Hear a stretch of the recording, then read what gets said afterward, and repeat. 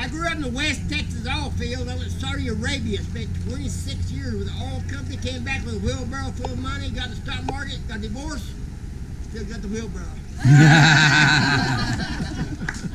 Got flat. I came out here 16 years ago to drink a beer and I never left, only been there one time. I was there the other day and somebody said, "Walt, have you lived here all your life?" I said, "Well, not yet." This one I wrote about ducks. Here's less about living that everyone needs to know. Sometimes we spend our whole life trying to get our ducks in a row. Now, ducks represent the situational life, the good and the bad. Sometimes we think to be happy, everything be perfect, and that's really sad. Sometimes we got our ducks in a row, everything going just fine. When you're stupid little ducks, they never stay in line. Then you can wind up giving up your happiness, and that really sucks. Life passes you by while you're lining up the ducks. We don't realize that life goes by so fast until you get a bit older and start to look at your past.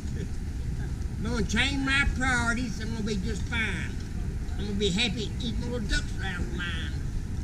Happiness is inside job, so I've been told. Folks, I started shooting my ducks. Too damn old.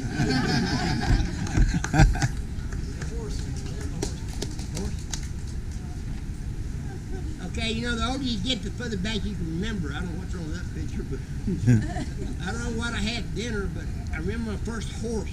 Do y'all remember your first horse? When I was about 5 years old, my dad was going to make a cowboy out of me. He bought me the wildest, meanest little Shetland stud horse you ever did see. Fireball was the horse's name. Trying to kill me was his game. Fireball had told me I come down and hard up on the ground, but I can't recall. There was many times to catch it from a skate. Kept help break my fall. Sometimes he'd stop bucking and start running for parts unknown. Sometimes I go with him. I had already been thrown. One time he ran off with me and went really, really far. My dad picked up me a Fireball and rode home in the back seat of the car. Sometimes I try to saddle up, he'd reach around and bite me. Sometimes I move, but sometimes I just stay put. If I didn't move, the reason was most of the time he was standing on my foot. But we had several Fireball after a couple of years. And Daddy told me so, I broke down in tears. He said, "Don't you cry, son, you be a big boy." But what Dad didn't know, these were tears of joy. So he sold Fireball, I messed up my career, but I believe it changed my fate. I don't think no Fireball planned on me reaching ripe old age of 8. Now, right before we sold Fireball, this may be why we sold Fireball, I had him saddled up one day. My dad was going to work. First he had this to say: "Don't let your older brother get on that horse." I said, "Okay, Daddy." I was lying, of course.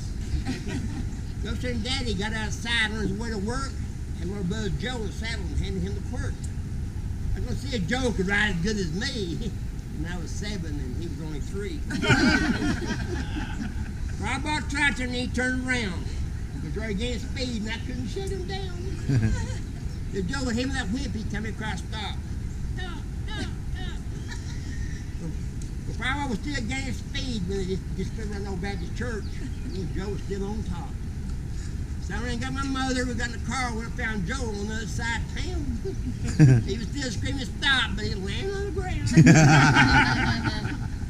Joe was okay, but I got a whipping there that night. Man, it was really bad. That's what we used to get when you don't mind your dad. I'm not one for getting even, but there's one good memory I can recall. That's the day that they made a gelding out of a mean horse. Fireball.